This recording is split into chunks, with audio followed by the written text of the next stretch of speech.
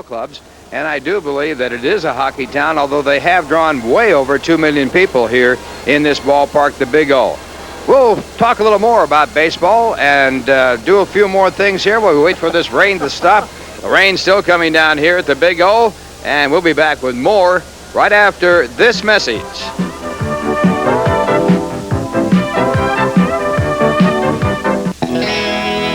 Now there's a vehicle.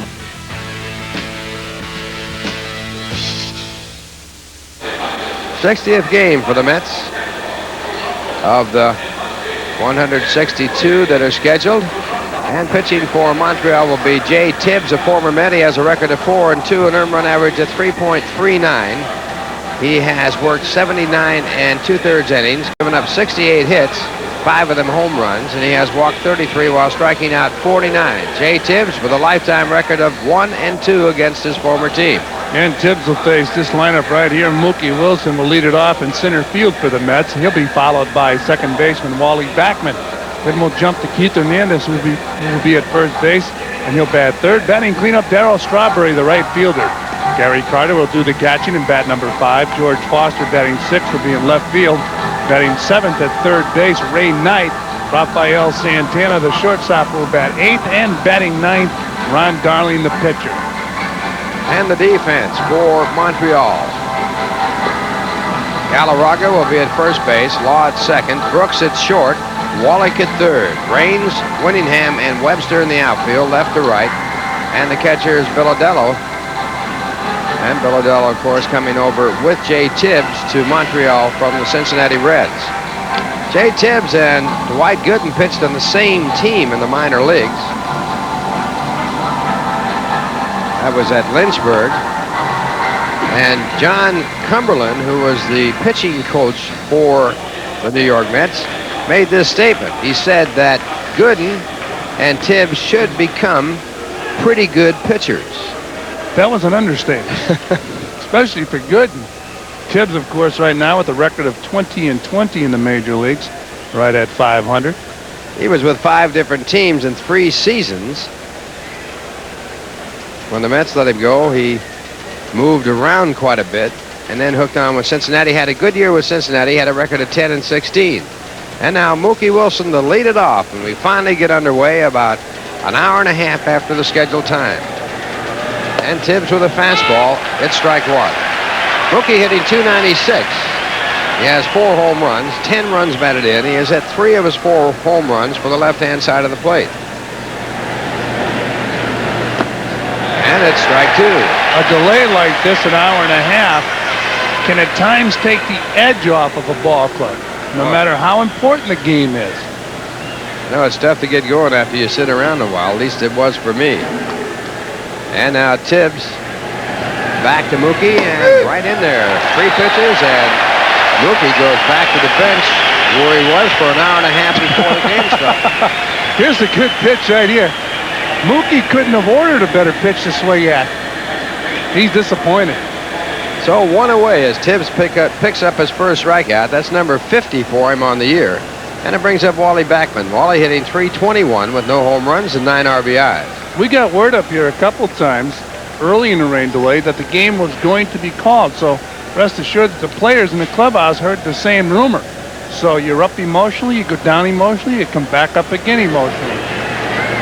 Backman sees a curveball on his first pitch. It's ball 1. Wally brings a 5-game hitting streak into this game. 7 hits in the 5 games, hitting .350. Last year he batted just .170 against Montreal pitching. And the fastball, 2 balls, no strikes. How about Wallach? Way in. Wallach no more than about 70 feet away from Backman. The guard against the possibility of the bunt. Also, the second baseman and first baseman have shortened up.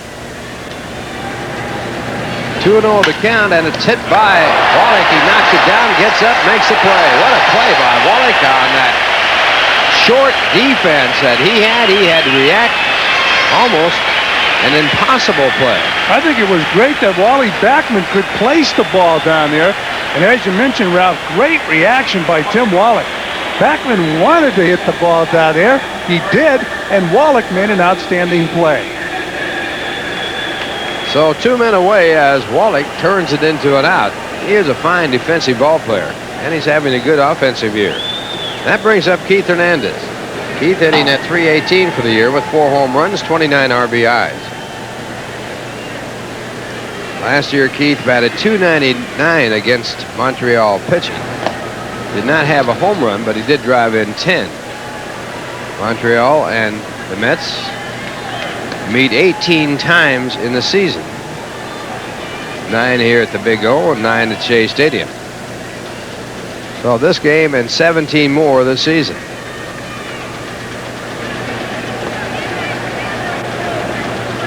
And Tibbs with a fastball, and the count 2 balls, no strikes. Tibbs last year 10-16 with Cincinnati.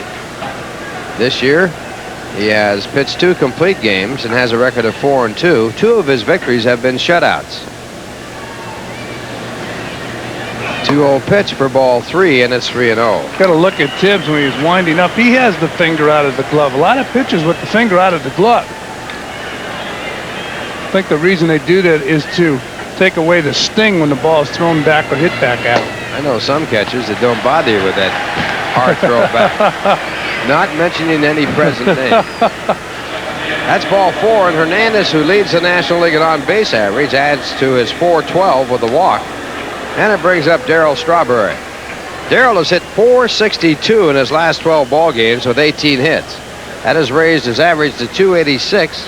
He has 7 home runs and 32 RBIs, and he leads in game-winning RBIs. He has a total of 9. He's tied with Jeff Leonard. And the fastball is strike. He looks more comfortable at the plate now. He's been in the groove. He's gliding into the ball, not pulling off the ball. And he's even hitting left-handers a lot better. Hit well against Montreal last year, hitting .355 with 2 home runs and 6 RBIs. Hernandez a short lead at first base, and Strawberry gets another fastball, and it's strike 2. Talked about home runs in his ballpark. The most difficult ballpark to hit a home run in last year was the St. Louis ballpark, and here in Montreal was number 2. The Mets hit 8 home runs in this ballpark. Carter hit 2 of them. That stat might be reversed this year, as Montreal has a big lead in hitting home runs this year. They've hit a total of 70. The Mets have hit a total of 56. And there's a ball, and it's 1 ball and 2 strikes.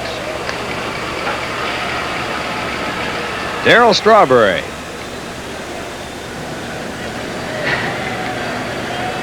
Still plays with that bruised hand taped up, so it's about even. Hubie Brooks has the same problem. And the curveball strikes him out. So Jay Tibbs with 2 strikeouts, the walk, 1 left, and the score at the end of 1/2 inning. The Mets nothing. The Montreal Expos coming up.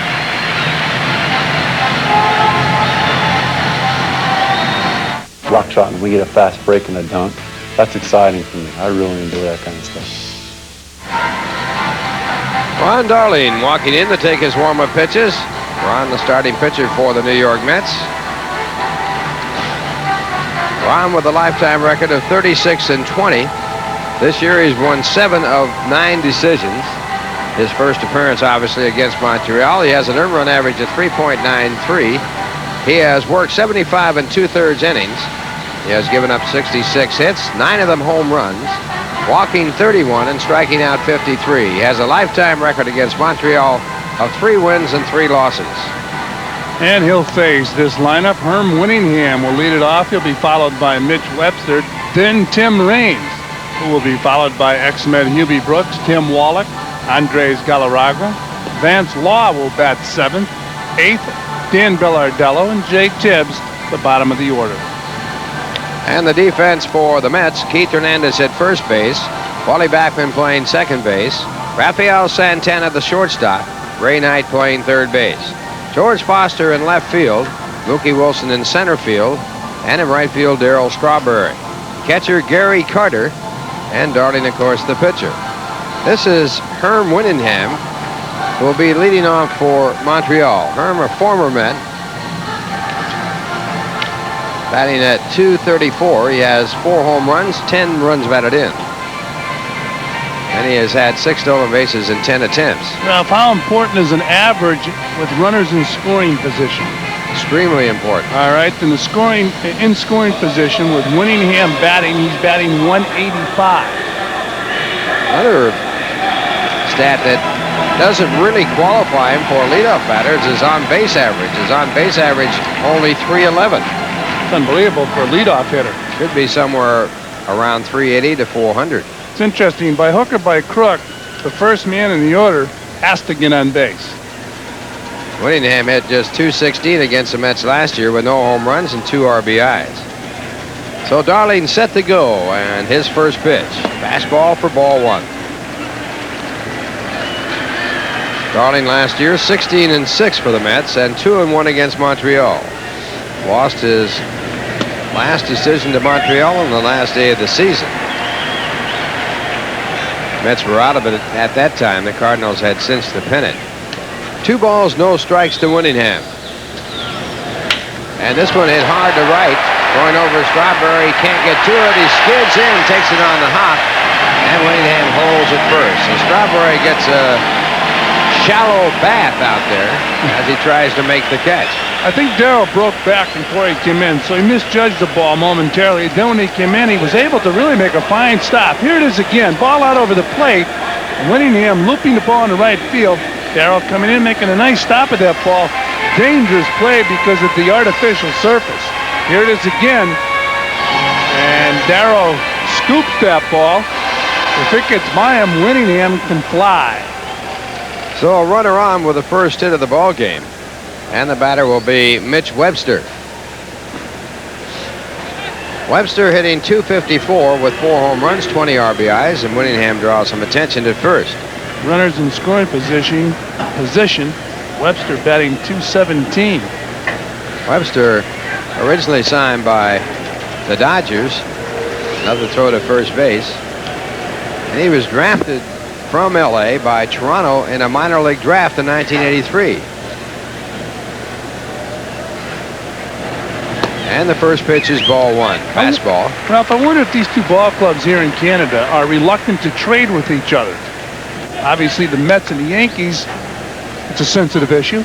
They don't want to trade a guy to the Mets, or the Mets don't want to trade a guy to the Yankees that will go on to become a superstar. Well, unfortunately for the Mets, the Yankees traded a lot of players to the Mets. Boy, good move to first. He's out.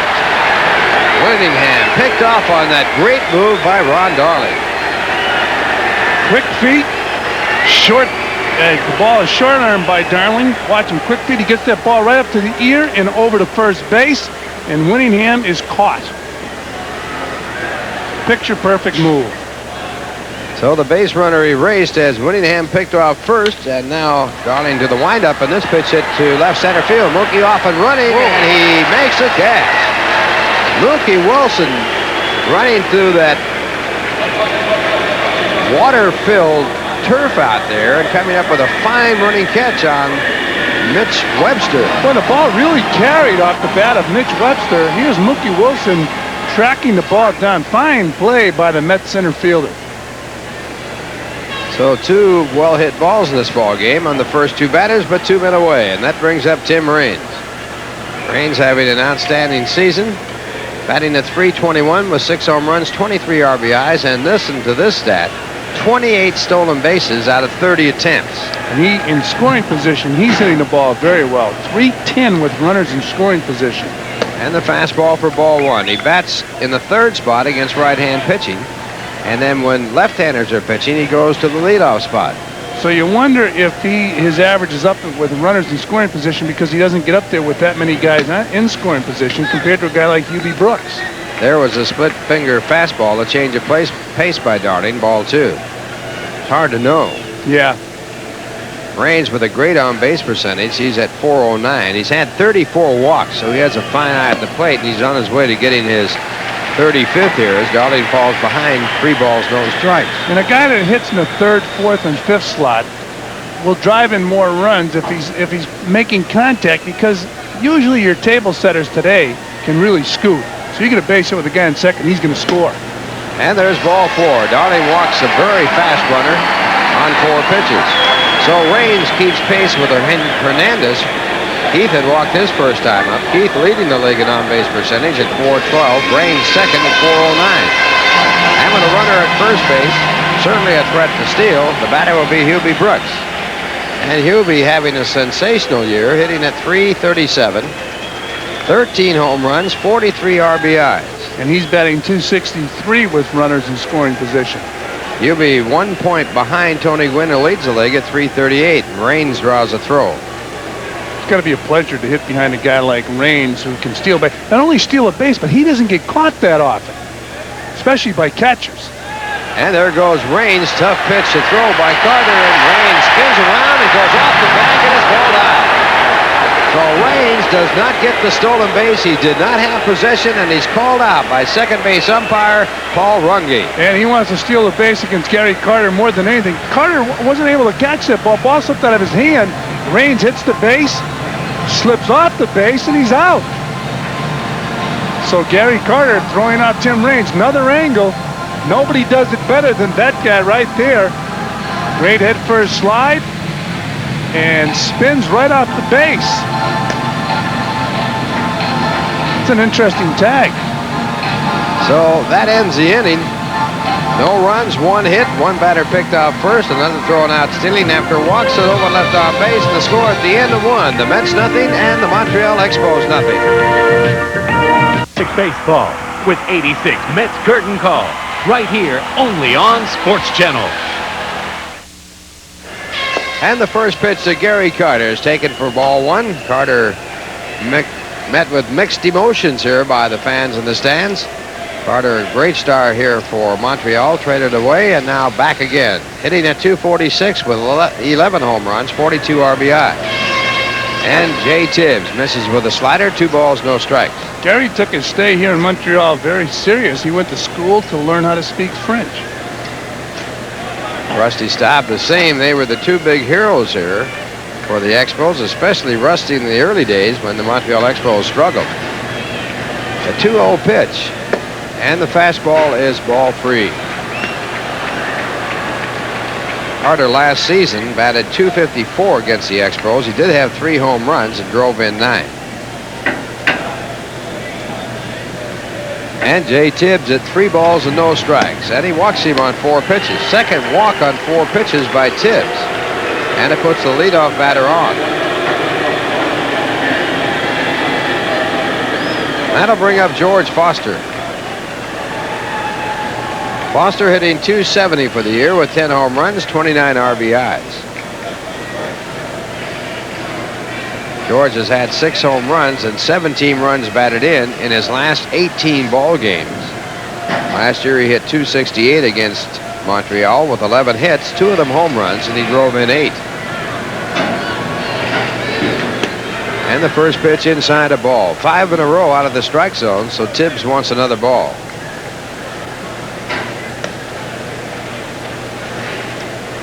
George Foster. George has hit 10 home runs out of his last 23 hits, dating back to May the 6th. And the slider is hit it high in the air to shallow center field, actually right center field, and going back is Vance Law to make the catch. Carter back to first base, and with 1 man out, the batter will be Ray Knight. Tibbs played on the same high school team, Huffman High School, as Brett Burns of the Chicago White Sox. And Brett Burns right now on the disabled list with the Yanks, his career in jeopardy. How about Rich Dotson with the Chicago White Sox? He had an operation last year, Ralph, for overdeveloped muscles in the chest area. Something I never even heard of. Well, that could be from lifting weights. Possibly. Got to be very careful which muscles you do develop. And the first pitch to Ray Knight, taken for a called strike. Ray has hit in 35 of 41 ball games this year. Overall, he is batting .325 for the season, and that's 4th in the National League. Talking about developing those muscles is Tibbs. Checks Carter at first base. When I was a kid, I was told that in order to play baseball, you should not lift weights or do any exercises like that. And now the philosophy has changed. Supervised weightlifting, certainly a large part of development for ball players today. Would you do it? I did it. I lifted weights in the winter of 1946. Went from 23 home runs to 51. Wow. There's a fastball line down the right field side for a foul ball. So that didn't have anything to do with it. I learned how to hit pitches. Because there's a lot of bodybuilders that can't hit. I didn't hit him any farther, but I did it because I wanted to be in better shape. I'd just gotten out of the service. Did you feel a difference in your strength? Felt stronger, certainly. I just heard that Wally Joyner with the California Angels say he's hitting the ball the same as he hit it last year. He lifted weights this past winter, and the ball's going further. You don't believe that? I think it could help, no doubt about it. Maybe I should have done that. And this ball hit on the ground, a routine double play. Ray Knight grounds it to the double play, and that ends the inning. The score at the end of 1.5 innings, the Mets nothing and the Montreal Expos nothing. Easy is finding great college basketball on Sports Channel. Who's next? His name is Gil.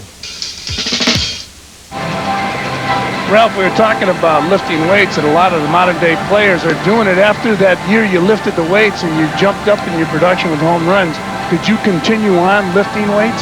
No, I really didn't, Fran. I gave it up. I did continue to do certain things. I did a lot of push-ups on fingertips. Did you? And things to keep my hands strong. That was something Ted Williams always did. Fingertip push-ups. And stayed basically with just regular exercise. I read where Bob Feller did a lot of that also. Feller used to carry weights in a suitcase. The bellhops wouldn't even touch him. He carried dumbbells right in the suitcase. Plus all the newspapers he could find that he could read. Is that right? Oh, he used to go on the road. It was like an entourage going on the road. Now here's Hubie Brooks left at the plate, but Raines slid by the bag at second. And so he gets a new chance, and there's strike one.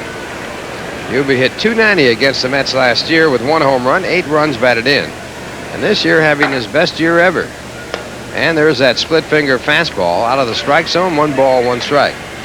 Hubie hitting .337, second in the National League, 13 home runs, 43 RBIs. And the fastball, 2 balls, 1 strike. So, Ralph, it's safe to say that you don't lift weights anymore. That's very safe to say. Well, there's only one guy at his traveling crew that lifts weights, as you can tell. Yeah, our friend downstairs. Yeah, you can tell by that body on him. Mr. Bill Webb. Taking that hand-to-hand combat. He has to with his personality. 3 balls, 1 strike. And it's ball 4, so Darling walks his second man. And it's a leadoff walk, so they have had their leadoff batter on in the first 2 innings of this ball game.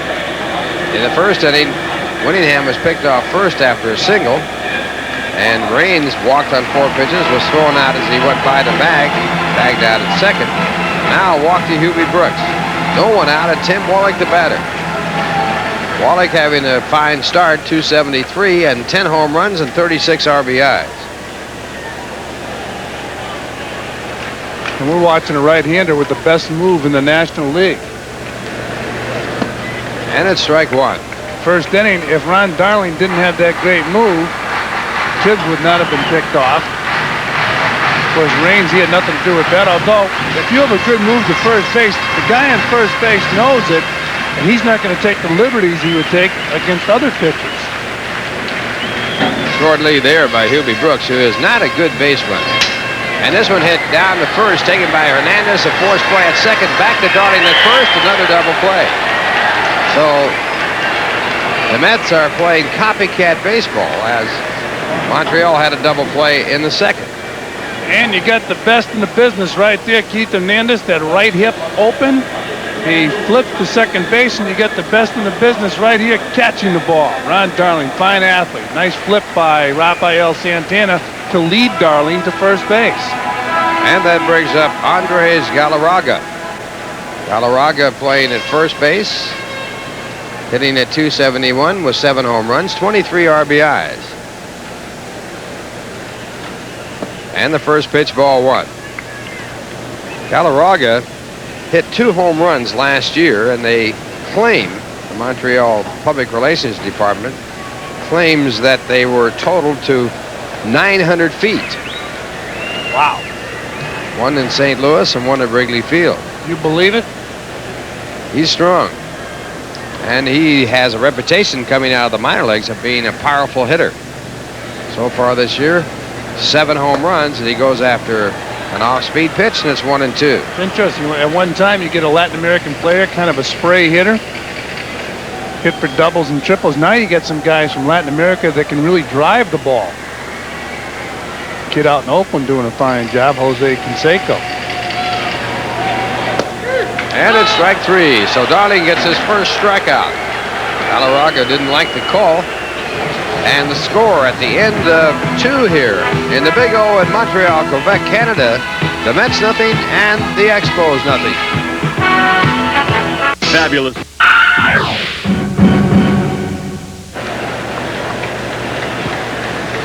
Well, the Expos not drawing very well this year here in Montreal. Not a bad crowd on hand for the type of weather we've had up here.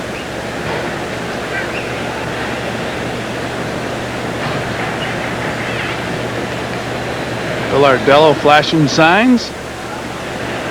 Low target as Wally Backman hits a fly ball left field. Could be extra base hits. It will be. Tim Raines misplayed that ball. Ball kept carrying though. And Wally Backman hustles into second base with a stand-up double. You had it right the first time. He misplayed it. He broke in, and then he broke back. He came in and then back. You saw Darryl Strawberry misplay a ball. Hit earlier in the ball game. So both hits in this ball game, one by Herm Winningham and now a double by Wally Backman, were both misplayed. You know, Tim, in the first inning, Mitch Webster hit a ball that the ball really carried, and Mookie Wilson chased it down.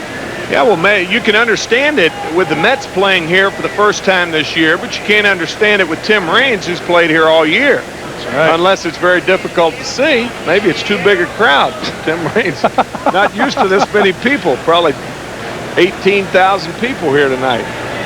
At the batter now, Keith Hernandez, who walked his first time up, and he takes a ball from Jay Tibbs. You heard Steve Carlton's line about this stadium, didn't you? About the, I think Chris Wheeler, a broadcaster with the Philadelphia Phillies, asked him what the stadium reminded him of, and he said a wine cellar. It was very cold up here that day also. Oh, boy, that must have been depressing. 1-0 on Keith Hernandez. Misses inside, 2-0. 1 hit for each ball club in this game. Nobody out. We're in the top of the 4th. Wally Backman on second base. The Mets in pursuit of their 44th victory of the season. They didn't win their 40th game last year until July 3rd. It was after the All-Star break when they won victory number 44. They have been remarkable. They really have. Everybody doing the job. As Keith takes ball 3, 3-0. You try to explain the job that this club has done through their first 59 games, and I guess superlatives become superfluous. I like that. Superfluous. Superlatives, too. I like superfluous. I said that for our director, Bill Webb. We've been working. Bill Webb's now the member of the Word a Day Club. We've been working on that. Ground ball foul. 3-1. Keith had the green light on the 3-0, and certainly a good time to give it to an experienced hitter like Hernandez. He hit it well, but it was foul. So Keith now at a 3-1 count. On a 3-0 count, you as a hitter draw that little imaginary box out in front of home plate, and if that ball's in the box, you take a whaling at it. Speaking of whaling, yes, I just got a letter from SeaWorld. I'll tell you about this letter. Well, it's really a bizarre letter. It was good. I mean, you know, but do you have any pictures with it? No, from SeaWorld. SeaWorld. Oh, okay. The public relations director's a real Mets fan, and I'll tell you about him. All Somehow, after a ball game out in San Diego, I guess I met this fella at the Hotel library. I can't remember. No, I mean, we started talking about whales. I'll tell you about Shamu in a minute. The 3-1 pitch and a ground ball is short. Hubie Brooks bounces at the first, and luckily for Hubie, it was on the artificial surface. Took a true hop because he bounced it way out in front of the first baseman, Andres Galarraga. Well, it was true in that it bounced to Galarraga, but it wasn't a real in-between hop, but almost an in-between hop. And as Ralph said, that's why they call him Gran Cato down in Caracas. This guy can pick it. See how he comes up? Whenever you see a guy come up like that, it is one of those semi-in-between hops. But that Galarraga, I'll tell you, he's only made one error this year, and he has a great pair of hands. Yes, he does. As pertinent, Hernandez fails to move Backman to third, where Wally could score on something other than a hit. And Darryl Strawberry is the batter. Strawberry in his ball game struck out his first time up. One man down, and he takes down low, ball 1. Shamu is the whale kept at SeaWorld out there, and he's 20 feet long, and he's a killer whale. And we started talking for some reason about whale tongues. I said I never really realized that whales, I guess I knew they had a tongue, but I couldn't believe this letter I got. How big was his tongue? Well, you can't believe it. All right. Shamu's tongue is only 3 feet long. However, a 100-foot long whale, his tongue can get up to 13 feet long, and a 60-foot long whale called a bowhead whale, his tongue can be 18 feet long. Wow. Almost 1/3 the length of his body. What do you think about that? Well, I'll tell you, Stage Delicatessen like to get a hold of that tongue. Yeah. Make sandwiches for 2 months. Ooh. Couldn't believe that, though. That's our biology lesson of the night, I guess. Now, you met this guy in San Diego. Yeah. He is a public relations director out at SeaWorld and a big Mets fan. And I mean a big Mets fan. Wrote a very, very nice letter. He said whales can't stick out their tongues, so if they're kidding each other, you'd never know it. This is a great letter. How would you know? Anyway. How would you know how long the tongue is as Darryl Strawberry takes a strike 3-1? Well, obviously they do, a biopsy of a whale that's dead, and they find. You do it on dead whales. Nobody's foolish enough to crawl in there and check it out when they're alive. Didn't one guy do it? It was in the Bible. Yeah. What was his name?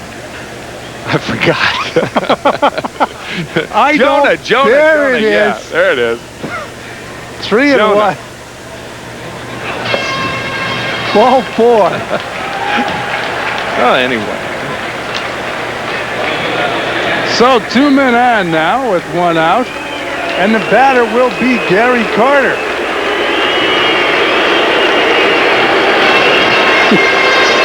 Gary Carter will bat with runners on first and second, and a round of boos for Gary Carter. Well, that's to be expected, I guess. He was tremendously popular up here and had some problems in the clubhouse with the players. They had some disparaging remarks. That's an understatement to say about Gary. Yeah, after he left. Well, they had it to say when he was here, too. Did he punch anybody? No. 0-1 on Gary Carter.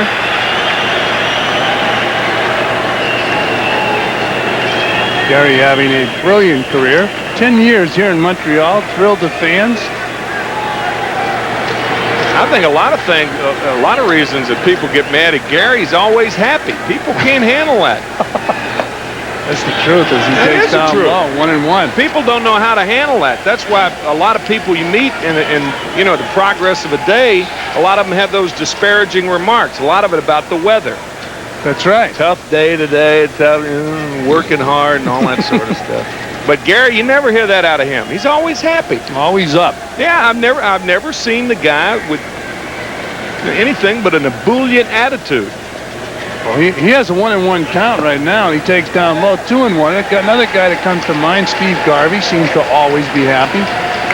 He's a little different, though. I've seen him with some dour expressions on his face. I've never seen a dour expression on Carter's face. Always a smile, a bright smile. And you can't do that all the time unless you're sincere. That's right. You can't do it. I mean, you just can't do it. I mean, he's that type of guy. Well, I think he's great for baseball. You have a son. Here's the guy to emulate, Gary Carter. That's a good pitch there. 2-2, yeah. Tibbs is throwing a few fastballs right over the heart of the plate. There's some muscle. As you mentioned, he's tough to pick up. This appeared to be on the corner. Yes, it However, was. yeah, that was right there. And Tibbs did a good job of pitching around Darryl Strawberry because he had the two left-handers in a row, Hernandez and Strawberry. And after he got Hernandez, then he worked Strawberry well. And now he's trying to get a ground ball out of Carter at somebody. I think even with the rain delay, here's the guy, Gary Carter, that would be keyed up. We're going to look at Bill Ardello flashing those signs. And what Bill Ardello is doing is shaking his head. When a catcher does that, he wants the pitcher to shake his head, and more often than not, it'll be the same pitch that he just threw. Let's see if he's shaking his head. Usually they do that when the pitcher and catcher are thinking along the same lines during the ball game. Very few times do the pitcher shake his head as they go. Fastball in. Yeah. Got to be a fastball. Whoop, he tricked us. He went away. Why'd you give it inside? He just missed with that pitch. And that's probably why Tibbs shook him off. He probably shook off location. And that's what'll happen. If you're a young catcher, you go out and make sure that the pitcher wants. If you can't get together with him, it's best to make sure, because if you want it inside, he wants it outside, it'll be down the middle of the plate. Yes, it will. He's not shaking his head right now. They're together on the signs. Interesting. Bill Ardello sets up as late as anybody. Gary Carter fouls the ball off. Runners were in motion. I think Bill Ardello is overly concerned with the batter looking back, although he sets up in time to give the pitcher a target. Very tentative putting signs down back there. If you think long, you think wrong. By your very conviction, a lot of times you put signs down back there. I mean, nobody knows whether it's the right pitch or not until after it happens. Nobody knows. But you're trained to know about what the pitcher has. And they're working too slowly right now. You start slowing things down, and things bad are going to happen to you. And there's Bill Ardello flashing those signs. And Jay Tibbs just shook off 2-3. He ought to call timeout and go out and talk. They are not together in this, kind of a game situation. No score in the fourth inning. 2 runners on, a dangerous hitter. And a guy, a hitter who's keyed up anytime he comes here to Montreal, Gary Carter. Bill Ardello flashing those signs. There goes that glove.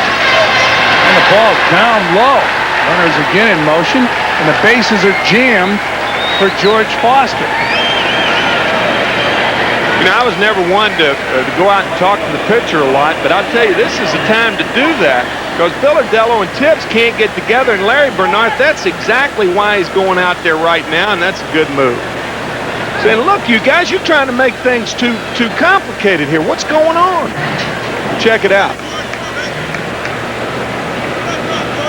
Now he looked at Bill Ardello. Pitching coaches always like to look at catchers.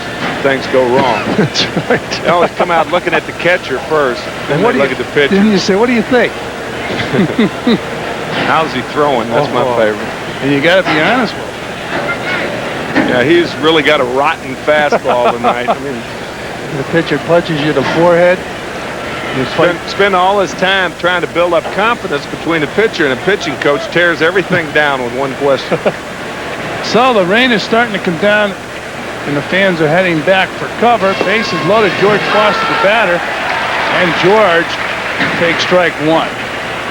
We had a 1 hour, 20-minute rain delay prior to the first pitch. Started it. We're going to get it in. Inside on George Foster. Tell you, the only thing that can really stop the Mets would be the rain. The Mets playing outstanding baseball. 43-16 coming into tonight's action. The Expos at 32-26.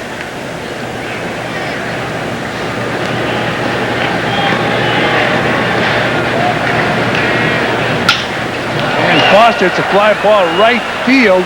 Mitch Webster's going to make the catch and the throw. Backman tag. The throw home. It's a good one. And an outstanding block by Bill Ardello. That's a big league play right there. Mitch Webster making a perfect throw to cut down Wally Backman and a double play. This has always been the toughest for a catcher because you do have a blind spot. You can't see the runner coming in. You put your weight on your left foot and ward off the runner. Fortunately for Bilodello, it's Wally Backman, who's 5'8" and weighs 175 pounds. It's a strong throw from Webster. He wasn't that deep, however, but a good play by Bilodello and a good throw. And for the Mets in the fourth inning, no runs, one hit, no errors, 2 men left on base. At the end of 3.5 on the scoreboard, 0-0 Mets and Expos. And enjoy more of 86 Mets Curtain Call exclusively on Sports Channel.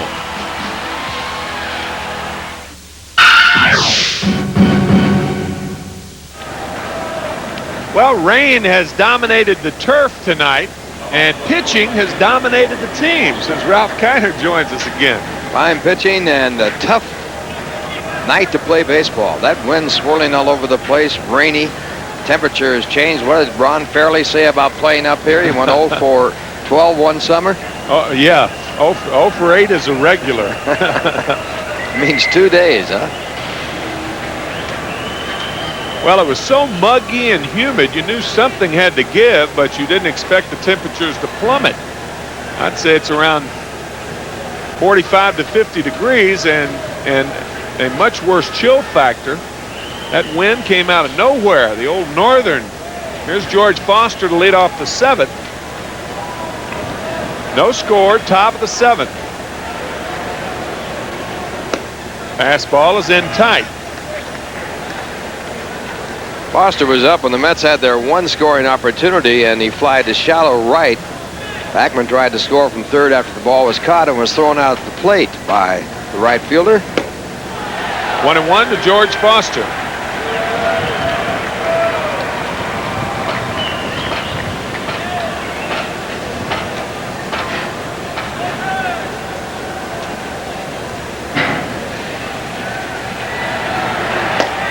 Two and 1.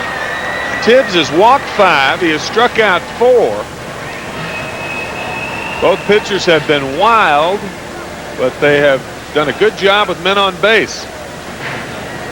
Mets have stranded 5, and the Expos have stranded 5. Swing and a miss and a ball over his head, 2 and 2. Well, George seeing that fastball come up there, and he goes after it. That pitch looks so good and is so tough to hit. Ball right in the eyes. It looks a lot bigger than it really is. Can't get on top of it. 2 and 2 to Foster.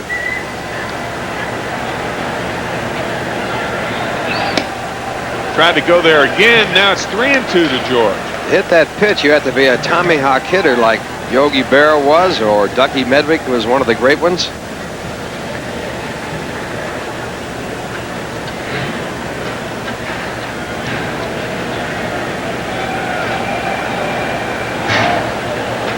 Going to be another fastball inside. And it's ball 4. Walk number 6 given up by Tibbs. And Foster, the leadoff runner here in the 7th inning, and the batter Ray Knight. Len Dykstra now will go in to run for George Foster. Well, the weather as it is, you sort of have to play this game like an extra inning game right now. Never know whether it's going to rain again, and if it is rain called off, you'd like to be in front. Don't know what it might do if the moisture comes down from the sky. It might snow the way things are going. Knight 0 for 2. He grounded into a double play back in the 2nd, then grounded to first in the 5th.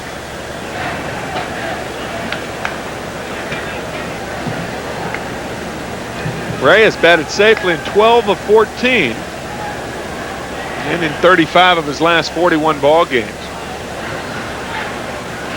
No score, top of the 7th. The Mets trying to go 44 and 16.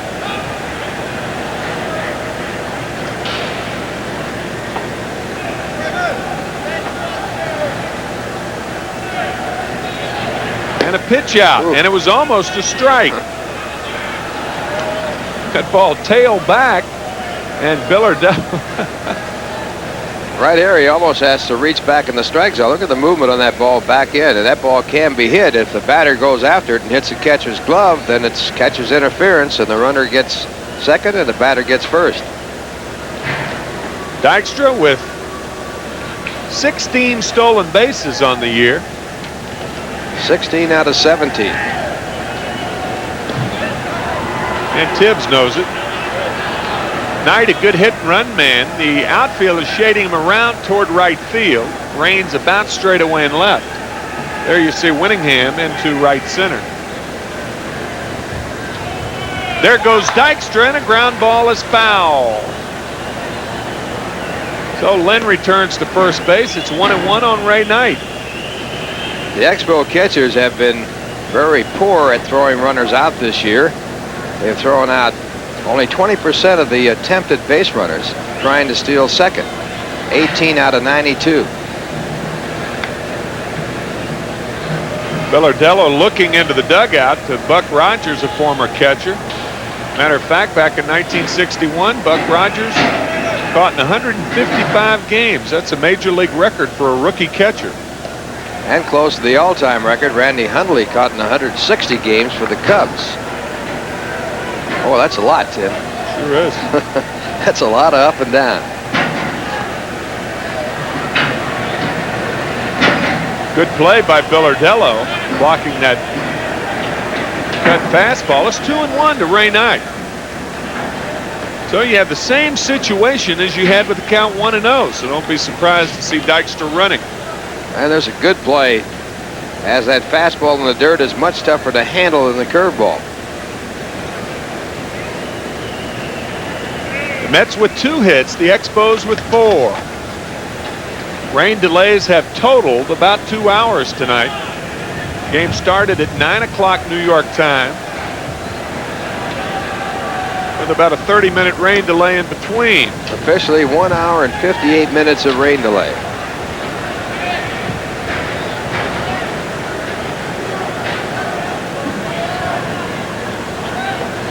Good play by Galarraga to dig that ball out of the dirt. Boy, he is good over there with that glove. Got those good hands. Of course, he's handicapped to some degree by being a right-handed thrower. Didn't bother Babe Dahlgren or Gil Hodges, recognized as 2 of the best right-handed throwing first basemen. And another good play by Billardello.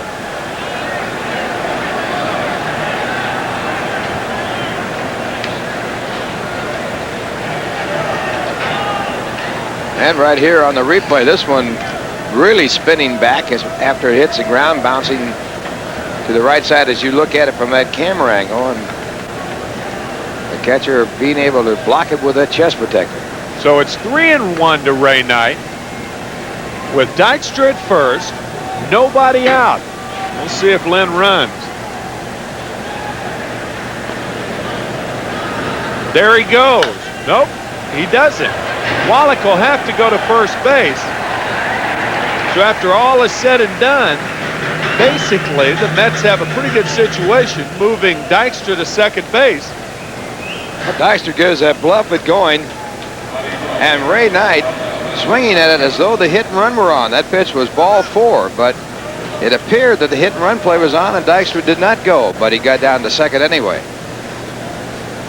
Rafael Santana, the batter. Ron Darling on deck. A scoreless ball game. Dykstra will steal third. We'll see if Law holds him close at second base.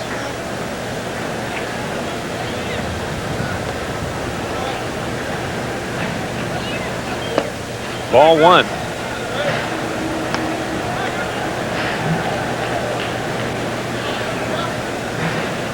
Tibbs has struck out 4.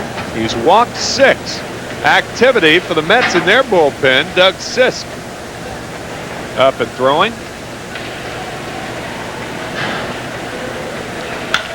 Ground ball sharply to Brooks. He looks Dykstra back and throws out Santana. 2 out. And with 2 men out, it appears that Darling is going to bat. No score in the ball game. We're in the top of the 7th inning. And Darling taking some practice swings, so he will bat. Darling has yet to drive in a run this year, and he's had just 2 hits. He has struck out tonight and grounded back to Tibbs. Bob McClure and Tim Burke warming up. McClure, the left-hander, in the foreground. And Tim, that outfield very shallow against Ron Darling. He almost had himself a double back his last time at bat. And this ball cannot be handled by Villardello, and it bounces in the dugout.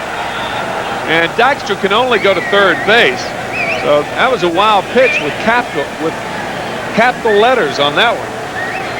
Talk about a 55-foot pitch. This ball hits way in front of home plate. No chance at all for Villardello.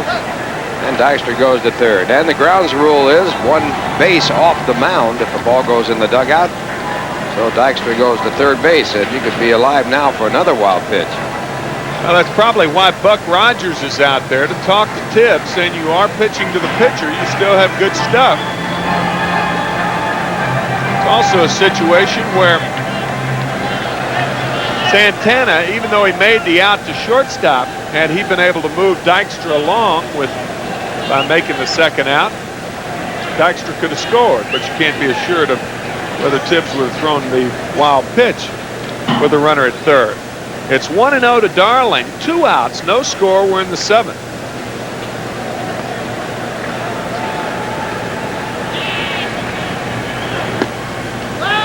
Fastball for a strike, 1-1. Dykstra with that fake break off a third. Tibbs in the stretch. Trying to get a balk off of Jay Tibbs with that break at third base.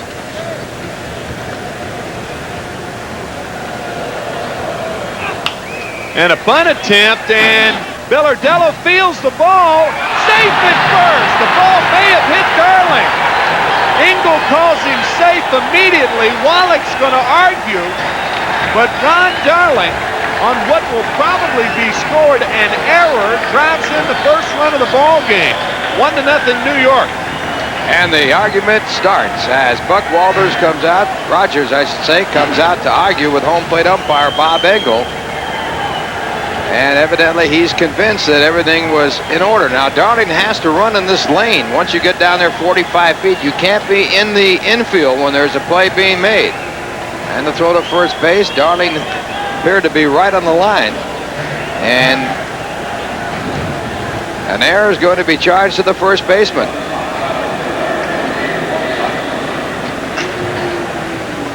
The ball did not appear to hit Darling. So it is an error on first baseman Andres Galarraga, only his 2nd of the year. The Mets lead 1-0, and here's Wilson. Fastball is low, 1-0 to Mookie, who is 0 for 3 on the night. And Darling will get a sacrifice and no time at bat on that play. With 2 out? Yeah, he bunted just like a squeeze play. With 2 out? Surely. I would advance the runner, yeah. He advanced the runner. And right, I would sacrifice. Well, I would have to say it'd be a fielder's choice with 2 out. Now, with nobody out, or with 1 out, we'll have to see how they score it. 1-1 to Mookie Wilson. There goes Darling. He might get credit. He would have gotten credit for a hit had he beat the play, but with the error on Galarraga, there is certainly no RBI on that. It's 1-2 to Mookie Wilson. He has struck out twice and flied to center. And Darling, of course, running with that pitch, not being held on, trying to take advantage of the fact that the first baseman's playing in back of him. Mookie fouls another one back. So it's still 1-2, 2 out.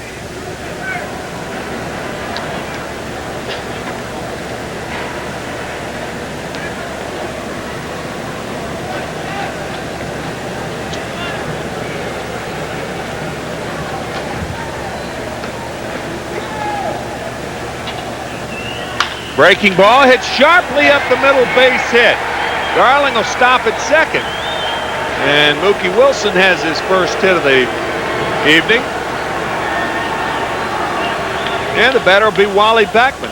Well, Mookie had struck out on fastballs, and finally Tibbs goes to the curveball against him, and Mookie gets this one and drives it up the middle. Prior to this inning, Wally Backman with his 2 doubles, the only hits the Mets had. Wilson with the 3rd hit. As George Foster opened the inning with a walk, he was pinch run for by Len Dykstra, who went to second on a ground out by Ray Knight. He went to 3rd on the wild pitch, and Ron Darling with the bunt. And Villardello's throw was dropped by Galarraga at first. It's 0-1 to Backman. And the move that Davey made to put in Dykstra to run got the run for the Mets, because Foster, if he had been running, would not have been able to get to second base. Play would have gone to second for the force play.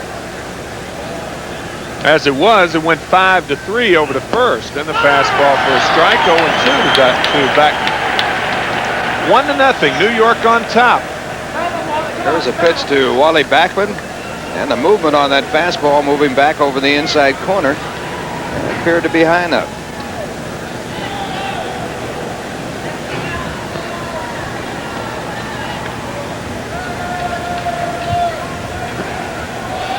Good play by Villardello. 1-2 to Wally.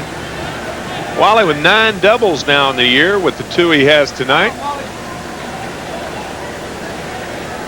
And the one time they got him out, he almost decapitated the third baseman. Hit a shot down the left field line, and Wallach made a great play on it. Wallach, who was playing him close, about 50 feet from home plate, or about 80 feet from home plate, should say.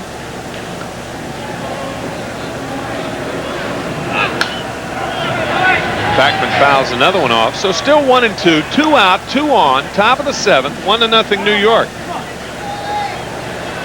Should they win, they will be 11.5 games in front of the Expos.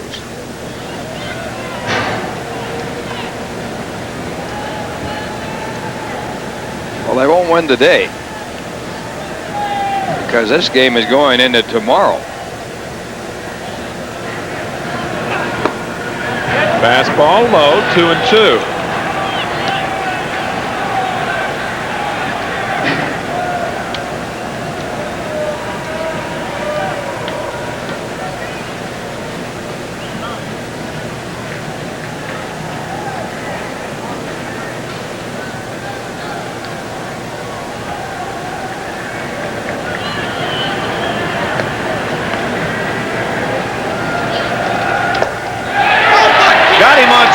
Backman is arguing now. It appeared that Engel said he went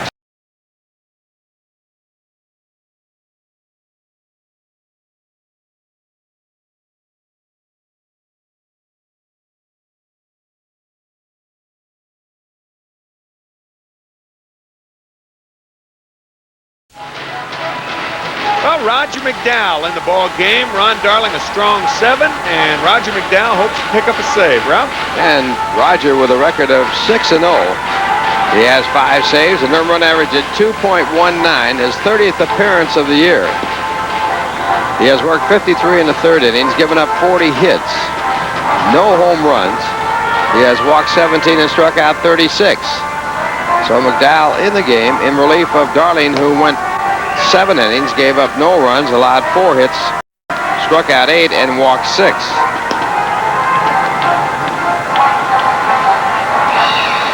So Roger McDowell, and really a good move, because Ron Darling had thrown so many pitches, the half-hour rain delay, and Davey Johnson awarding, or rewarding, I guess you should say, Ron Darling with a superb effort on the evening. He pitched out of 2 tough jams in the 7th.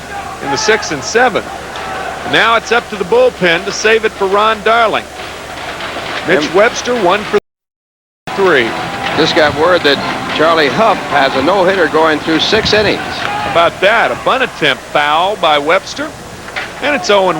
The knuckleballer with a 1-0 lead over the California Angels, and he has allowed no hits and no runs through 6.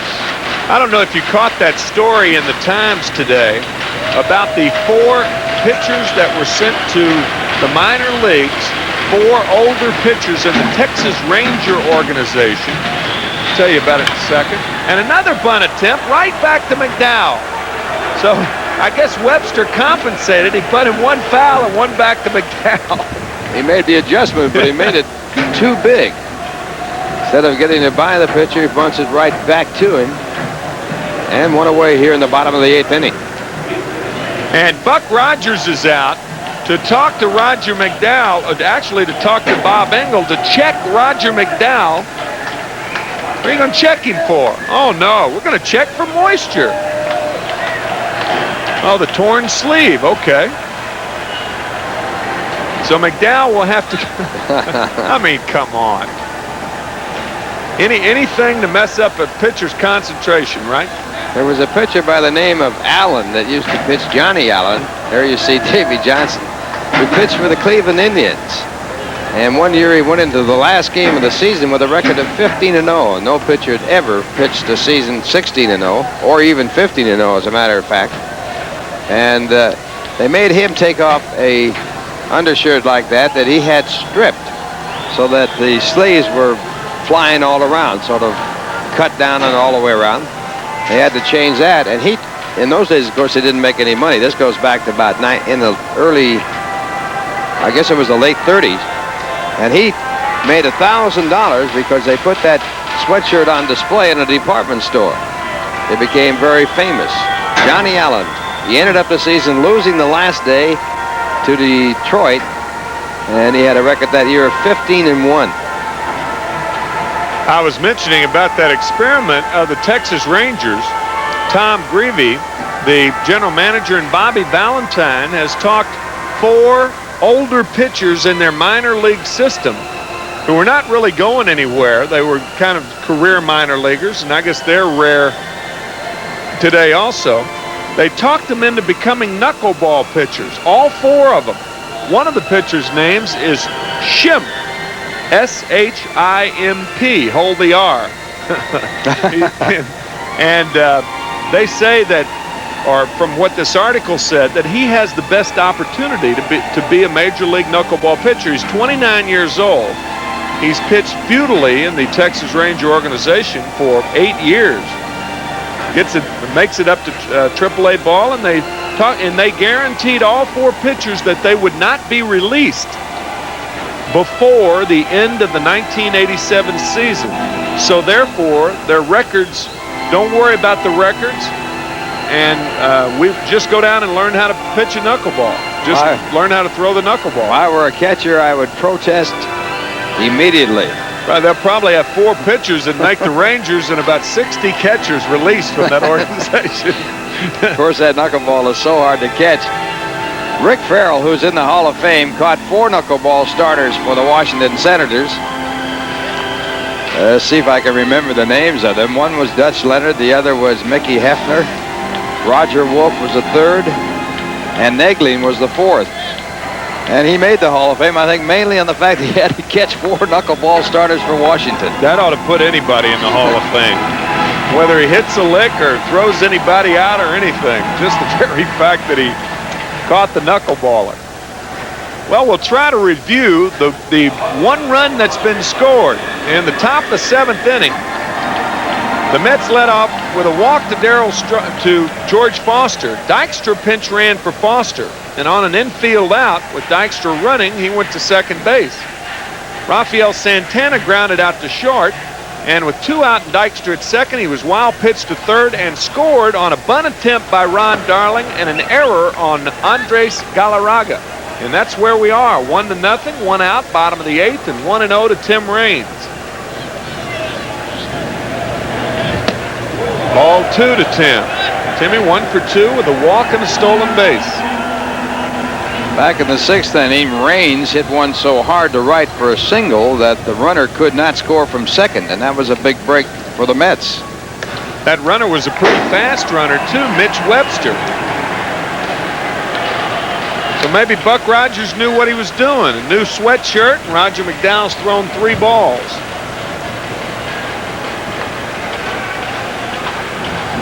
Raines, of course, a man you don't want on base because he's such a great base stealer. There's a strike, 3-1. Yeah, you want to make him hit his way on, especially in lieu of the fact that McDowell hasn't given up a home run all year. Well, this ball really breaks back on the plate. Raines doing a little acting there, trying to get that ball four. Now he gets it. Raines was thrown out by a catcher for the first time this year back in the first inning, even though he did have to slide by the bag to get for the Mets to get the call. Had the base stolen, slid off the bag, and got tagged. That goes as a caught stealing. Hubie Brooks has walked twice. He has struck out. And that strikeout, a big one, as Ralph said. That was with runners at second and third and one out in the sixth.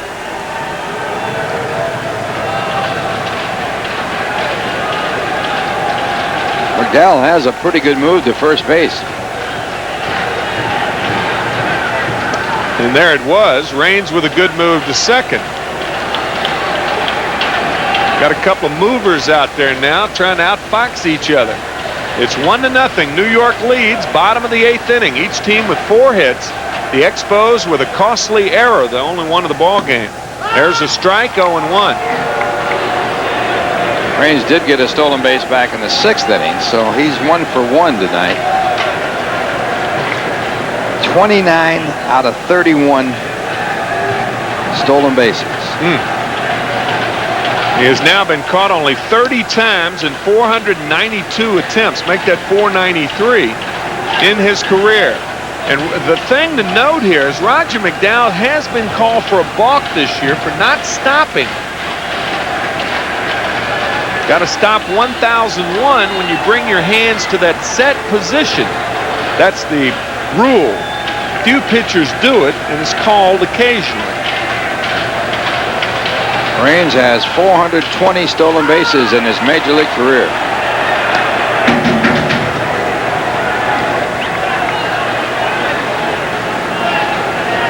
And 2. The majority of the time when Raines is caught, he is picked off and not thrown out. Ground ball hit foul. And McDowell is not coming to a stop. I can imagine that Expo dugout now. Make him stop. How many times do you hear that in your career, Ralph? Billion? Oh, yeah. That's all you hear.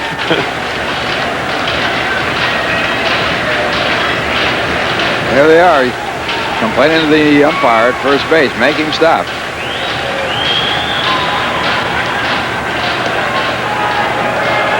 You can get away with it if you're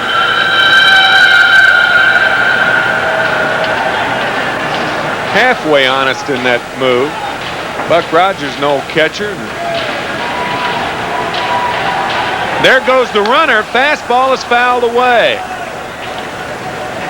So Raines with that explosive move towards second. Raines, when he got his 400th stolen base, that was back on May 10th when he got his 9th stolen base of the year, became the 3rd youngest to have 400 stolen bases.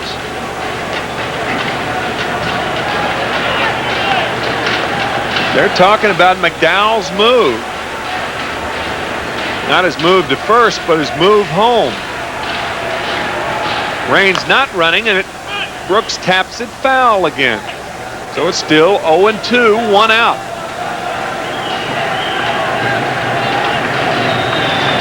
I think I might have to try a little pitch out right here, Ralph. Good count for it. No balls, 2 strikes. Raines ran on a 2-strike count.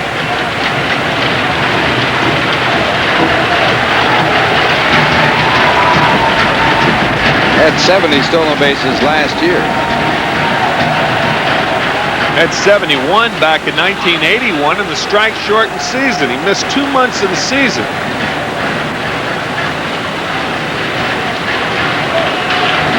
Timmy from Sanford, Florida. Nickname is The Rock.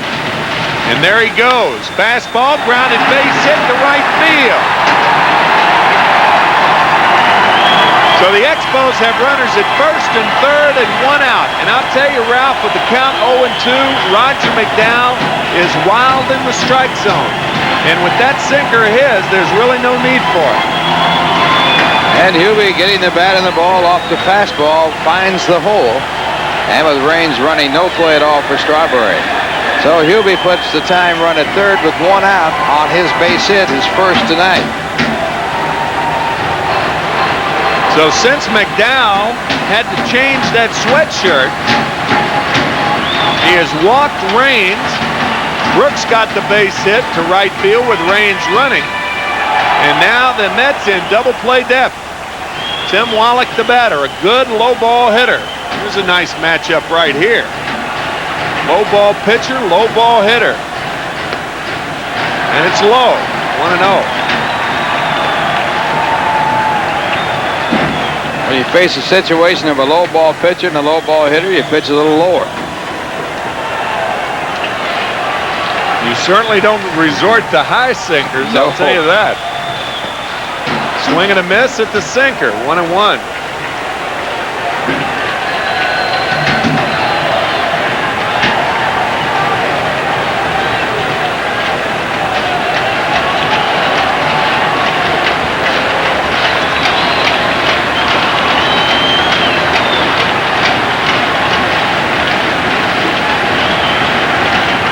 Throw to first, Hubie Brooks back. Hubie didn't figure to be going anywhere. With that short lead, he'd have to be shot out of a cannon to get down to second. Backman cheating towards second for the double play. The 1-1 pitch out. If Hubie's not going anywhere, why in the world would the pitch out be? You're not going to squeeze with Wallach. I don't know, but that's all it could have been. It had to be that, I guess. But I mean, you're not going to squeeze with Tim Wallach. I wouldn't think so. And you're not going to run with Brooks. So why in the world you pitch out? It's 2-1. It doesn't make sense. There he we runs, go. base hit, right field. So sometimes you talk teams into doing it. And that's what the Mets may have done with that pitch out. Well, they employ the hit and run play right there, and it worked perfectly as Wallach hit it right through the hole to right field. You'll be running with a pitch on the hit and run, and Strawberry with no chance at all as Raines scores the time run, and now the go-ahead runs at third with one man out. The batter is Andres Galarraga. How about that?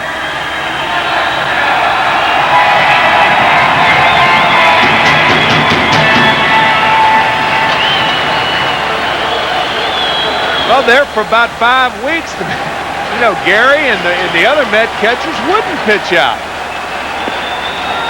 And they tried it then and on the 1-1 pitch, but the Expos did hit and run on the count with the count 2-1. And Galarraga takes a strike.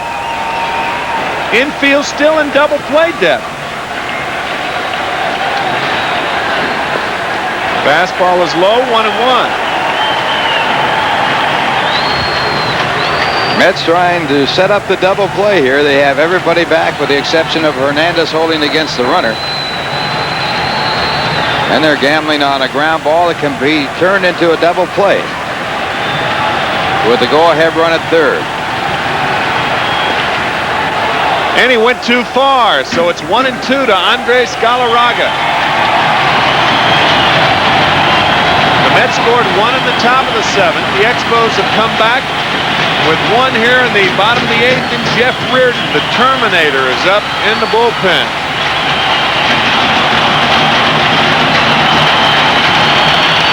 Ground ball towards short. Santana will have to hurry, and Backman turns it. What a turn by Wally Backman. A 6-4-3 double play, and they just got Galarraga at first. The Expos tied. They strand a runner, and it's a 1-1 ball game in the top of the 9th.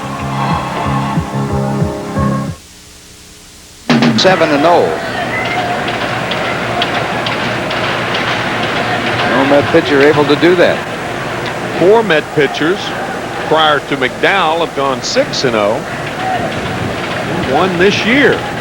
Ron Darling, who started this game. 2-2 to Ray Knight. Fouls another one back. Burke appears to be throwing harder than usual tonight, Ralph. He has become quite a relief pitcher. Burke last year set a club record when he went 8-0 from the start of the season, breaking a record held by Rudy May.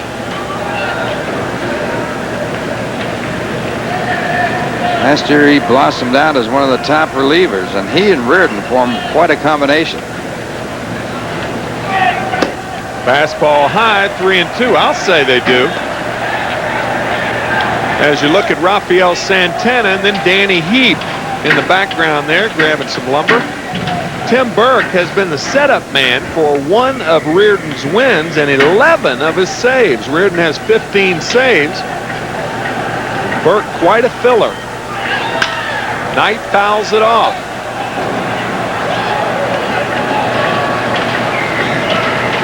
Still 3-2 tonight. And Doug Sisk warming for the Mets.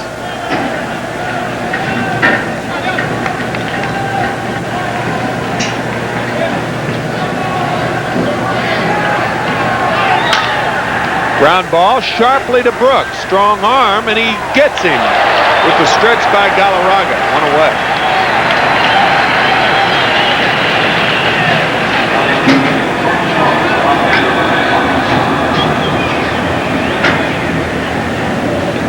So here's Rafael Santana. Danny Heap on deck to pinch hit for Roger McDowell, regardless of what happens, it appears. Ron Darling started this game. He worked 7 innings, striking out 8, walking 6, giving up 4 hits. And earns a no decision. And strike 1 on Santana.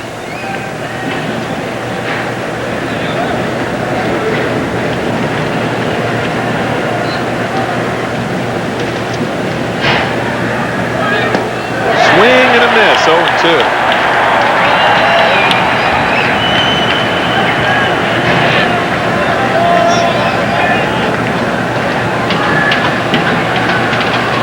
Hope you've enjoyed this long evening of baseball on Sports Channel. I'm Tim McCarver along with Ralph Kiner, Fran Healy, and Rafael Santana goes down on strike. Second strikeout for Tim Burke.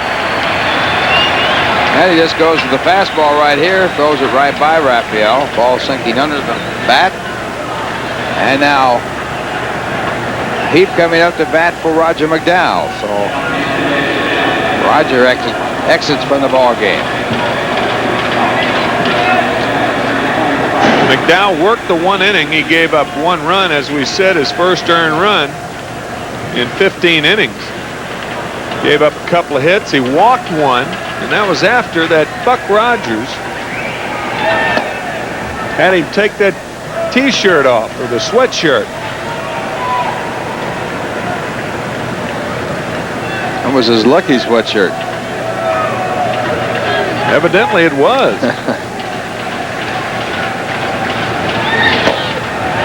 Strike 1, 1-1 to Danny Heap. Mets need a long ball. If you remember, Danny Heap led the majors in pinch hit home runs in 1983 with 4. Hits this one to left field and playable. Tim Raines over, and he makes the catch. Danny hit it well, but he hit it the other way. So a quick inning for Tim Burke and the Expos. Burke's retired 5 Mets in a row. The Expos with a chance to win it here in the bottom of the 9th. It's a tie game at 1. It's Mets Curtain Call, exclusively on Sports Channel. Doug Sisk, the 3rd pitcher of the night for New York. And Doug with a record of no wins, 1 loss. He has no saves. He has an earned run average of 1.69. This is his 7th game of the year. He's worked 10 2/3 innings, given up 11 hits. No home runs. He has walked 1 and struck out 5. And Doug, the only pitcher on the Mets roster at this present point who has not won a ball game. He's 0-1. The Mets have only 3 pitchers that have losing records. Sisk at 0-1. Rick Aguilera at 1-3, and Randy Neiman at 1-2.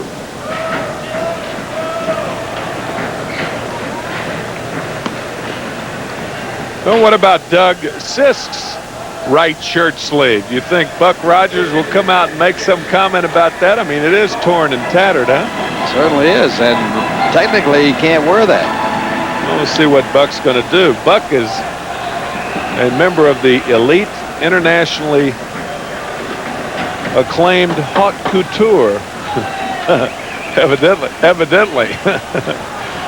Checking out clothes tonight. And after he did, a couple of clotheslines hung out. One by Hubie Brooks and one by Tim Wallach to play Tim Raines and tie it in the 8th. Here's Vance Law. He's 0 for 2 on the night. Ball 1, 1-0.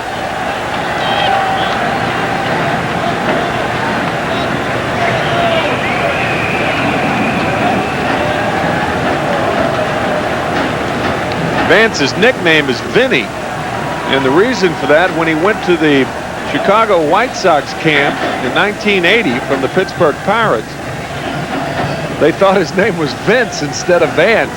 Several guys called him Vinny, and that nickname's stuck. 2-0 to Vance Law. Some of the nicknames they throw on ball players, worse than that. Oh, yeah. Oh, yeah. He'll settle for that one. Not a few myself, as a matter of fact. There's a strike, 2-1.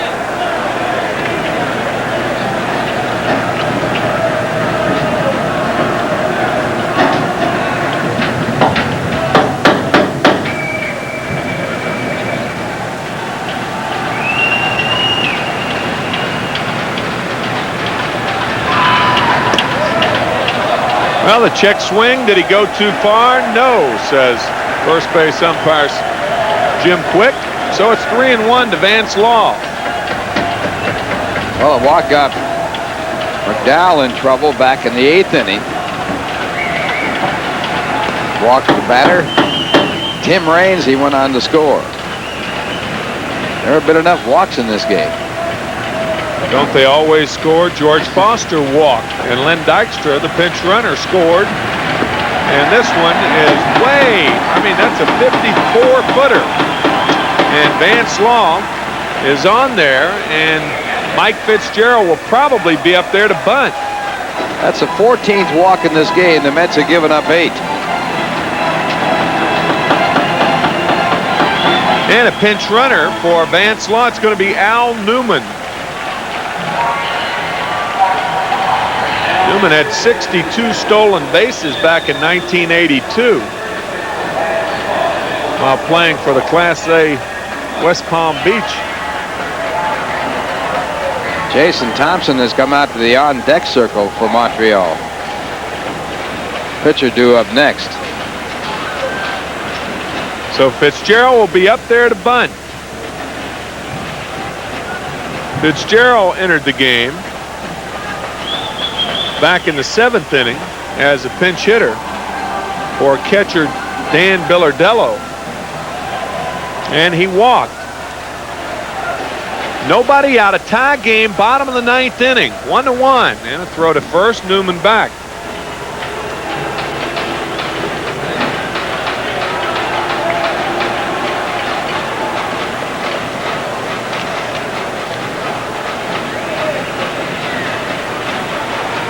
Newman has 9 stolen bases. He's been caught 7 times. As Fitzgerald takes a ball inside. So that old bugaboo has jumped up and bitten Doug Sisk. The bases on balls. He had walked only 1 batter in his 6 previous games.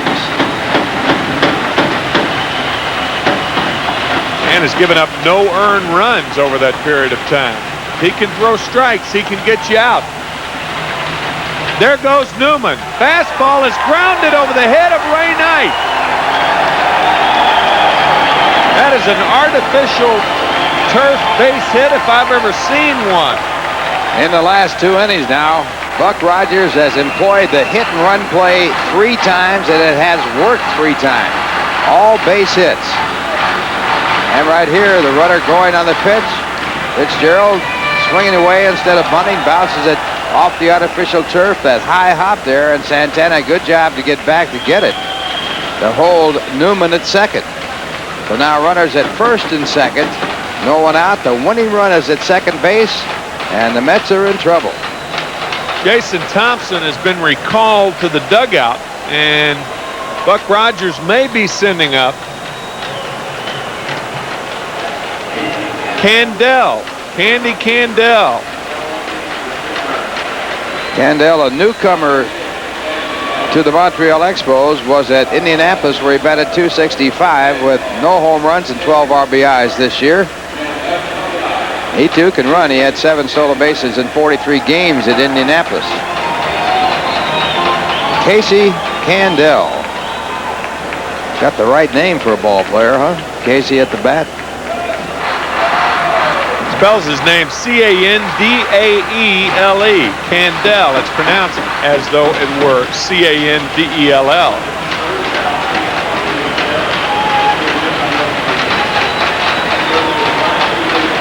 And he's in a bunting situation. Knight in at third base. Santana holding Newman close at second. So it does not appear that the rotation plays on. Here comes Hernandez. Hernandez is going to make the play, and they get Newman at third. 1 out. And Keith Hernandez ended up in the Met dugout after he made that play. This is one of the most spectacular plays you can make as a first baseman. He fielded the ball right near the line, the third baseline. Here he comes. Ball bunted out there, and Keith in full speed makes the throw. And Ray Knight takes the short hop, and the momentum of Keith Hernandez took him all the way to the Met dugout. Here it is on the replay. And Keith with that left-handed throw in the dirt, but a good play by Ray Knight as he comes up with it. And the force play at third for what could be a very big out.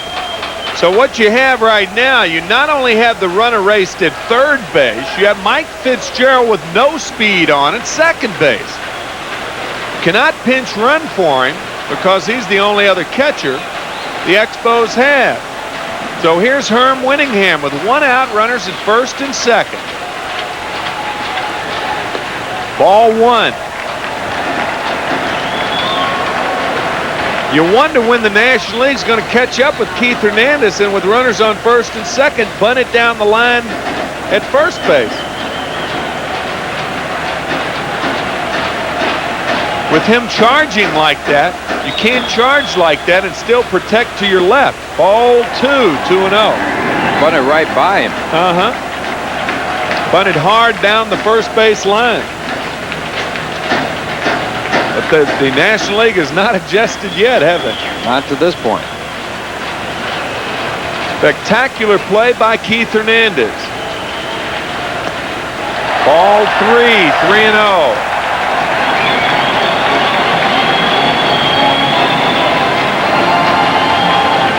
On deck batter Mitch Webster. And Winningham may be taking 2 pitches, even though the Winning runs at second base. He realizes Doug Sisk's control problems. There's a strike.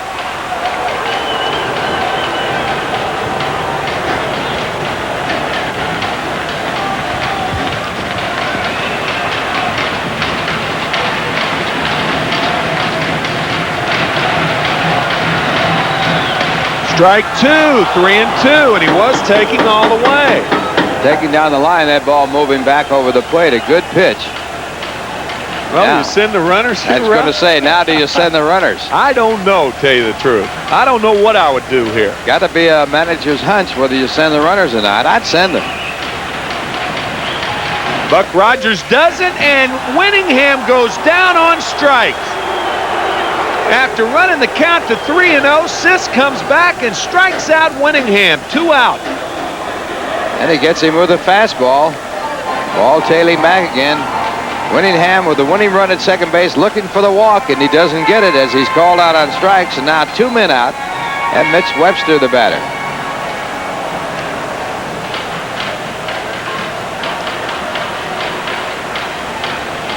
Webster is 1 for 4. He doubled back in the 6th inning. Swing and a miss, 0-1.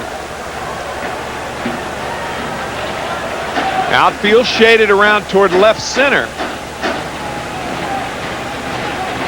And they are shallow. This is as shallow as I've ever seen Lynn Dykstra play.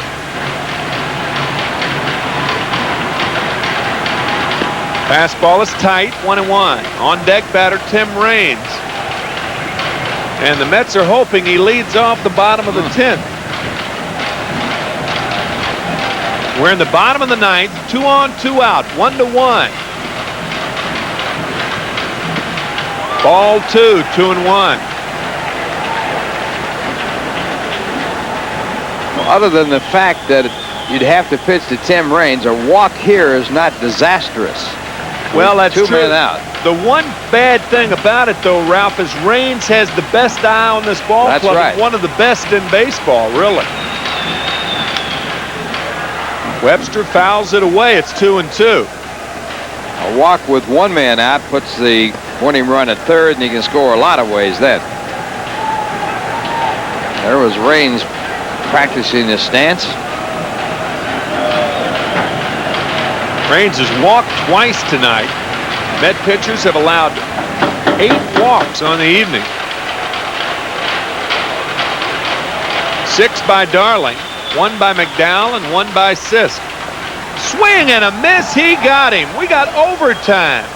And I'll tell you, all it needs to do for Bill Webb, our director, is to rain one more time, and we will have the scene set for another July 5, 1985. Fran joins Ralph in the 10th right after this word. We'll be back.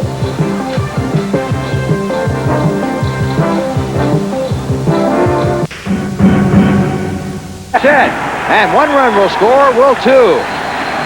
Now the throw to the plate, and it's in time, and the ball is dropped. The ball is dropped, and the Mets get 2.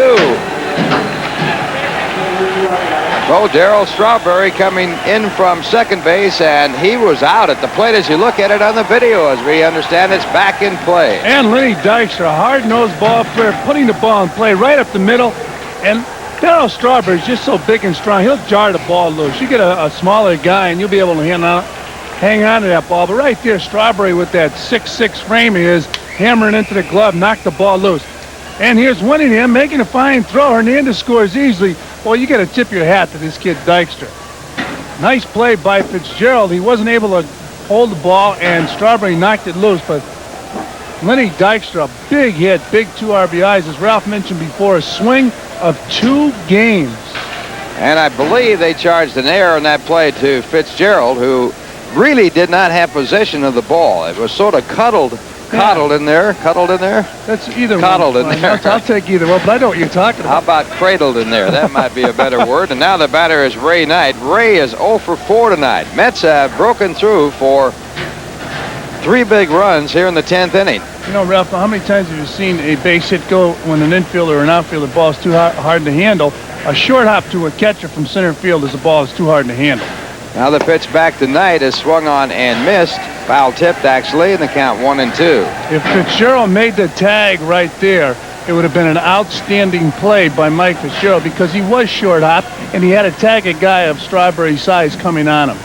And we're very sorry for the loss of video. We understand it's back now. We apologize for our problem. And the 1-2 pitch to Knight swung on and missed, and Knight is struck out. But the Mets get 3 big runs on 3 hits. There were 2 errors in the inning and 1 man left on base. And the score at the end of 9.5 innings, the Mets 4 and the Expos 1. Well, we're going now to the bottom half of the 10th inning. The Mets leading 4-1, and it'll be Tim Raines to lead off for Montreal. Raines in this ball game has walked twice, scored once, scoring the only run for Montreal in the 8th inning to tie up the ball game, and he's had 1 hit and 2 official times up. On the mound for the Mets, Doug Sisk. And the first pitch to Raines, right in there, a called strike. Sisk battled back from a walk and a base hit. And runners at second and third, and then struck out his next 2 batters to get out of the inning. That was back in the 9th inning. Ground ball hit out to the shortstop, Santana, and his throw to first base just does get Raines.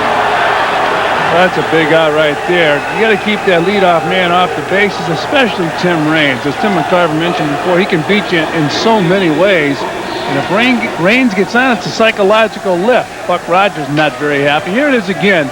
Santana making the play and throwing the ball to first base. Buck Rogers felt that Raines would say he was out. No question about that. But at this point, frustration setting in for Buck Rogers. That wasn't even close. Well, Ralph, you mentioned the big thing, that swing of 2 games. If the Mets win it, they will be a total of 11 and a half games ahead of Montreal. And, of course, if they lose it, it would be 9 and a half. And now here's Hubie Brooks. Hubie with a base hit in 2 official at-bats, also has walked twice. And the breaking ball hit high in the air to shallow right center field. Strawberry coming up to make the play, and he does. So now Montreal down to their last out, with the Mets leading by a score of 4-1, and the batter will be Tim Wallach. Wallach drove in the only run for Montreal back in the 8th inning when they tied it. Mets getting 2 big defensive plays in this ball game, with runners at first and third, and the ball game tied at 1-1, and there's a fastball for a ball. The Mets played for a double play and got it, and that was back in the 8th inning.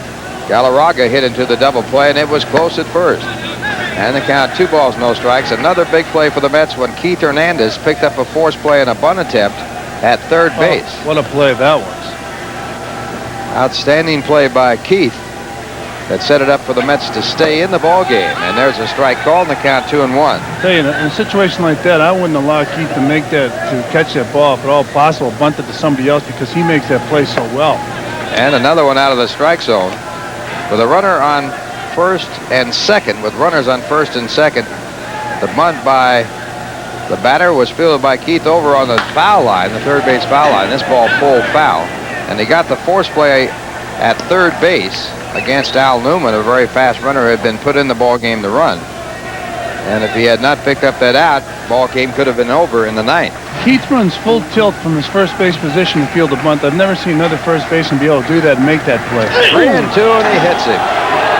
So with 1 out left, Wallach gets hit by a pitch ball. It would have been ball 4 anyway. So that's a hard way to get first base when you could have been walked. And that keeps it going, at least momentarily. Here it is again. Doug Sisk running that ball in on Tim Wallach. Doug's the type of pitcher, when you catch him, you try to set up right behind in the center of the plate as Davey looks around the camera. Not happy with the pitch, but Doug Sisk, the type of guy, his ball moves so much you want to sit in the middle of the plate. Just get on the corners, that ball run off the plate. And then the first pitch to Andres Galarraga, and he swings at the fastball. It was Galarraga who hit into that double play in the 8th inning with a runner at third. Pitch back, and it's grounded to the shortstop, and that'll do it. Rafael Santana throws off to Backman, and the force play ends the game, and the Mets win it by a score of 4-1. And we will apologize one more time for the loss of video, and we hope that it was not too much of an inconvenience. But the result of the ball game seen right here is the Mets win it by a score of 4-1. Moving back with a recap.